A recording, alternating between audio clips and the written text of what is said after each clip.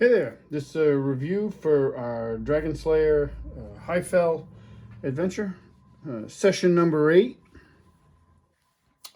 We picked up in this session, we were joined, we had 3 players, so we had Brother Tor, and Anerion, my character, and Alanin, the half-elf ranger. Brother Tor is a cleric of St. Yig. He wasn't with us in the last adventure, so we kind of like did a little hand waving, and we had talked about it in the last session about setting camp in that one chamber, and then we had left a note back in Thatcham for Brother Tor to join us, and he was familiar with the cave entrances that are that lead into the dungeon and stuff. So we just did that to speed things along. We excuse me. We got right to once we started playing, we got right to exploring the dungeon, looking at the map. It was a little bit meta, but we could tell there wasn't a lot left of the map, but there was still areas that we wanted to cover, clear, because we were trying to finish it off in this session. Check a bunch of rooms. The first ones we find has a statue of Galaxina and some fire beetles. So we end up fighting that are hanging out above the statue. We fight them. That was actually a really quick fight. We're still nervous about fights because everything's dangerous in this dungeon and in the system Dragonslayer itself. So, but there was 5 of them, and we finished them off really quickly, and we were actually able to harvest their hearts for light sources, which we passed around the room. We hit another room, and nothing in that one of value. It's full of old, musty, and rotting robes, and we search it but don't find anything. We find another room, and there's a door, and we end up using the key that we had found a while ago when we fought the giant flies, and that gets us in. In there we find another teleportation pad that we're able to figure out sends you somewhere, but we couldn't figure out what mage it belonged to, because the other ones all belonged to a different mage, so we couldn't figure out who that was. Tried, just didn't make it. We end up in this long passageway, and it's like crumbling, and there's alcoves on both sides of it, and a lot of them are caved in. There's rubble everywhere, but in one of the alcoves there is a statue, a pristine statue of Galaxina, and in her hand is a stone sword. And when we disturbed the sword, it was Alanin actually that disturbed the statue. He was trying to search it, see if there was something there. It was just odd that it was in great shape. It animates, and the sword turns to, I think it turned to steel, and got a surprise attack on Galaxina, excuse me, on Alanin, and it did some damage. She took some damage. We were able to defeat the statue. Didn't find any loot, and the sword reverted back to stone. I think that's how it was described. So we just moved on from there. And next room we find it's a bigger room, and it's got a cave exit to the outside, and we're able to determine that this room was actually used as a nesting room for a large pterodactyl. Alanin's able to determine that. And we do find some loot in this room, which we quickly take, keeping an eye out for said pterodactyl, which doesn't show up, thankfully. And then we just keep moving. There's another set of doors we come to. This one has a wizard mark on it, and inside there in the room is a statue of Galaxina and 2 of the goddess Arcantral. And there's gargoyles, and Merlin, our NPC rogue, finds before we enter a trap that he purposely sets off but keeps us safe from harm, which was good, because that I found out later above board after the session that would have been really bad. If that had gone off on us unsuspecting. There's a couple side rooms in here, and we searched those, and one of the rooms has a quarterstaff hanging on the wall. It's a metal quarterstaff, and it's got runes on it. So we're a little cautious. We you know, knock it off the wall with a 10-foot pole, nothing happens. So my character picks it up. And we realize that this will probably fit the slot that's in one of the doors from a previous session that we couldn't open. We had tried sticking the metal staff my character currently has in it. It didn't do anything, but we think this will fit. So we note that with the intent to go back there and clear that room out, get it open and see what happens. We move on, we find another room, and this one has, I think this was about this time that Brother Tor actually cast the Detect Trap spell, and he's walking around, and he detects that there's magic on this door, which is probably not what the spell would actually let him do, but my son was running the game, that's how we ruled it, so that's fine. But we end up exploring that door a little bit further, and it has like a magic mouth on it that just is like a warning. It yells a bunch of times, I think, intruder, intruder, intruder, but then it doesn't do anything. We're really leery of magic doors because we lost Feather to a glyph of warding on a door, and others have been hurt by glyph of wardings on doors, but this one was harmless. And we go in, and it's a well-preserved library, and we spend the time, Brother Tor and I, searching the library, and we come out of it with 9 books of value. So we pack those up and keep trucking along. We end up coming into a really large room, and this is another one that has exits to the outside, and it is clearly a nesting area. But this time we find some feathers, and we already have some feathers, and Alana is able to identify them as owlbear feathers. And before we know it, sure enough, in comes an owlbear. So I'm not sure, the owlbears must work a bit differently in the Dragonslayer setting than what I've experienced, but they actually fly, which is terrifying. This thing flew in and landed, and we are in the midst of a fight. It was a tough fight too. We lost both of our war dogs, so Spike and Ghost went down. He took them out. It hit, I want to say it hit Brother Tor, who was close to it, and maybe Alana too. I'm trying to remember. I tried to keep my distance, but at one point, like the second round of combat, when my turn came up, I yelled to Brother Tor, and our hireling, whose name is escaping me right this minute, not Merlin, but Feld. Man, I just blanked on his name, but they're kind of close. So I yell at them, get back, because I have the Wand of Cold and I want to use it, but I can't. If I use it at that moment, they're going to get hit too, and I don't want to do that. So they take their turn and they attack and move away, and drawing an attack, and I think actually Brother Tor took a hit from that. But I'm able to hit it with the Wand of Cold. It makes its saving throw, which is really too bad because I did a boatload of damage on the damage die. Did like 25 points of damage, but I halved it and still did a fair amount of damage. We go through the round, and I know in my head, my son hasn't said anything, but I know like how I would do it, and the thing had a straight shot at my character, and I just hit it with did the most damage to it. So if I was running the game in my head, I'm like, I would turn and focus on that character. Just the way it is. And that's exactly what happened. But because Dragonslayer has round by round initiative, we roll initiative and we won, which was very lucky. And I hit it with another blast from the wand, and it kills it. I don't do as much damage, but I'd really hurt it, and we had damaged it a little bit, so I was able to finish it off. And it was really a great little scene because the way we described it is the cone of cold is going off, and this owlbear is just like fighting its way through the cone to try to get to me, and just before it gets to me, it finally dies and is frozen like solid, is how we ruled it. And yeah, it was a really good battle. There's actually a couple owlbear eggs in the nest, and we collect those actually because that's kind of neat. We don't know what the heck we're gonna do with them, but we collect them. And there's a bunch of loot. There was actually a chest in that room, and Merlin was working on trying to get it open when the owlbear came in. So we kind of spread out through this room. There was 2 entrances that we had come in plus the cave exit. And so we were trying to cover all those.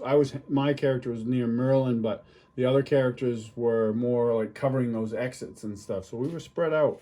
It was a nice little fight. It didn't last very long. Dragonslayer fights don't last very long because you're not a superhero. So either you get killed or the monsters get killed, or one party or the other or both decide that they don't want any part of it and they flee the battle. But that was a good little fight. We ended up getting into the chest finally, which was a little difficult, but we were able to do it. We go to the staff room that I had mentioned earlier, and that staff, sure enough, does open it. And this room was and this was one of the rooms that we'd had to leave behind. So we had most of the map cleared. We had like a fog of war going on the map that we were using. And these rooms we'd left behind because there was 2 that we couldn't get into. And it was weird. This room was weird because on each side of the room was like these pools of energy. And we couldn't really figure out what they did or anything. We tried a couple things like sticking a 10-foot pole. One was yellow, one was blue. Stuck the pole in the yellow one, nothing happened. So eventually, caution thrown to the wind, Brother Tor goes up and puts his finger in the yellow pool. And it essentially drains him of like, not life, but like all of his magical energy. So like all of his unspent spell slots were spent. And then the pool doesn't quite dissipate, but it kind of goes dormant. And so we're like, oh, that's not good. We still have more to explore. And so he throws caution to the wind again and touches the blue pool of arcane energy. I don't know if it's arcane or not. And it restores all of his spells back. So like anything that he had cast some healing spells to help Alana because she got badly hurt a few times. And so he gets all of his spell slots back, which was really cool. Other than that, we couldn't figure out what this room, and that one goes dormant as well. We tried going out and relocking the door and going back in.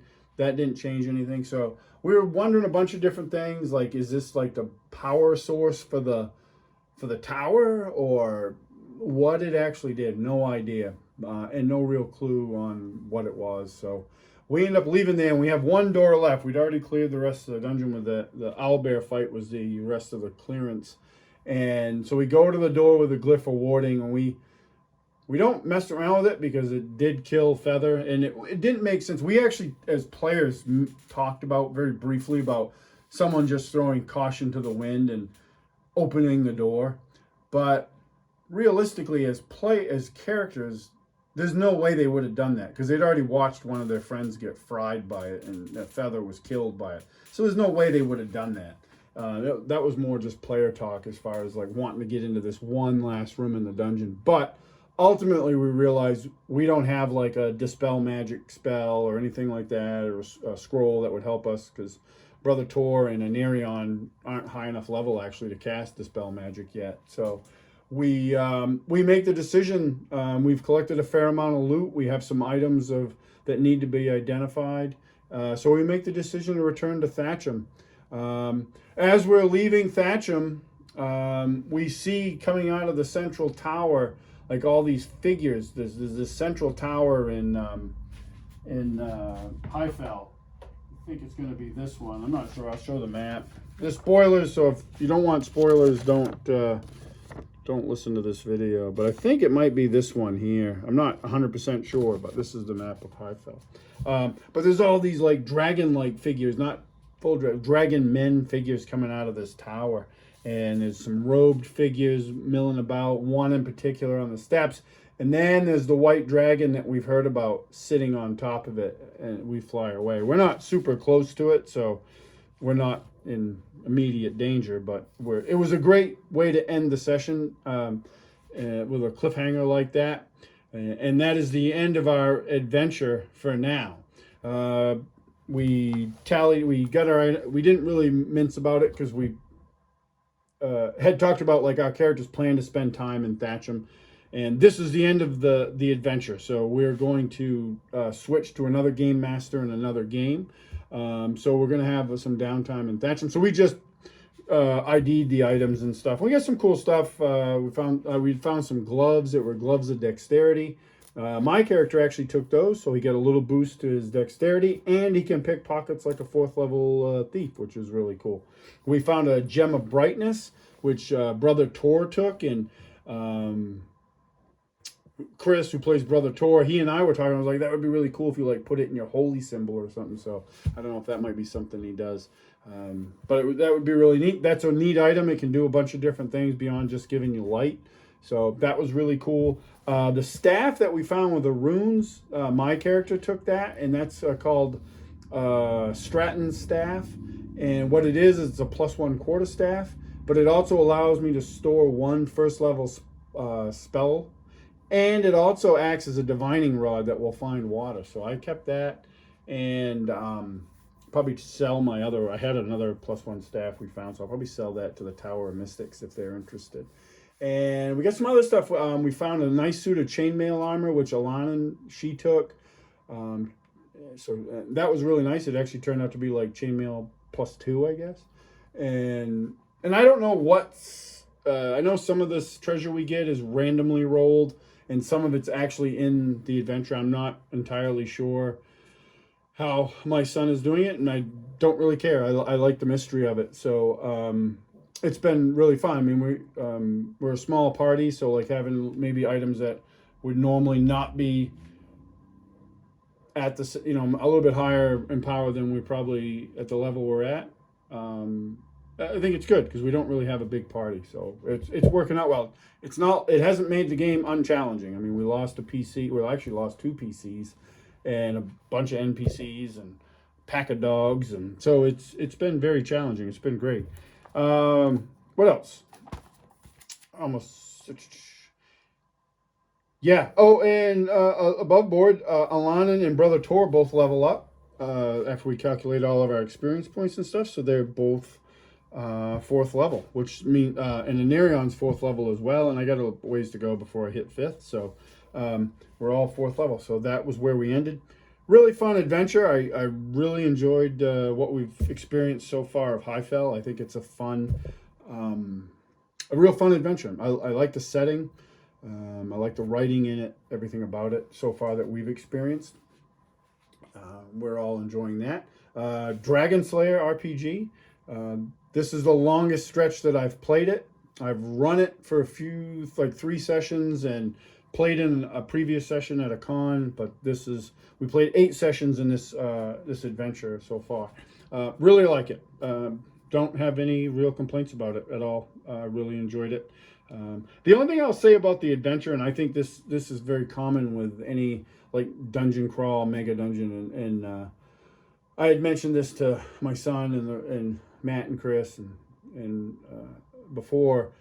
I think if it lacks in one area, and it's on us, is as a group we're very much into role play, and you can have a tendency to have not a lot of that in a dungeon crawl. So we already talked about like doing more stuff in Thatcham and we role play between characters very well. Like that happens while we're playing. So there is role play, but I would like to see us take a deeper dive and maybe do some stuff. I know it's not specifically probably part of the adventure, but like spending some actual in-game quality time in Thatcham talking to NPCs, and we've done that a little. I'd just like to do a little bit more of it. That's my only complaint, and it's very minor. Again, I really like Highfell so far. It's a lot of fun, and this is a fun game if you're looking for OSR style game. I mean, there's a billion of them, but Dragonslayer is been really good. It's got great art, great layout. The classes are, what you expect to see, but they also have a little extra. Like they have some of, the author's, obviously his thoughts on it. So like he's given them abilities that you might not see in different games. So check it out if you want. I really liked it. This is a good book. The Mega Dungeon Manual, we use that. We actually have another one coming because as you'll see, these 2 books here have the monochrome covers. These are like the I won't say like second edition, the same game, but they come out with a monochrome covers for all of the books, the 4 mega dungeons and this, and now they have one for the monster manual. And my son ordered it because he really liked the monochrome cover. So do I. It looks really good. I'm very tempted to have like double of everything and get all the monochrome stuff, because I have a mix. You know, I have the Highfell book and the other one, Caverns of Archaea, in monochrome. But I have like the original Jeff Easley cover for the actual book, which is awesome. But I'm actually, I want a second volume anyway, so when I do, I'm going to get this one. Because it really covers, the same artist did all the monochrome stuff, and he's great. So I really like his work, and he did a ton of the work inside the book as well. When I talk about the monster manual, I don't know if I've mentioned this. One of the great things about Dragonslayer is it is a self-contained game. You can buy Dragonslayer and you have everything you need. There's monsters in it, the spells, the magic items, all that stuff is in one book. What this is it's a collection of the monsters from the current 4 mega dungeons that don't appear, I think, in the main book. I think that's correct. It's not like a duplicate or anything like that. It's just a separate book. So it's very handy. I grabbed that when I was at Central New York Con, along with Highfell and Caverns of Archaea. Really good stuff. But if you have any questions about it, let me know. And thanks for watching.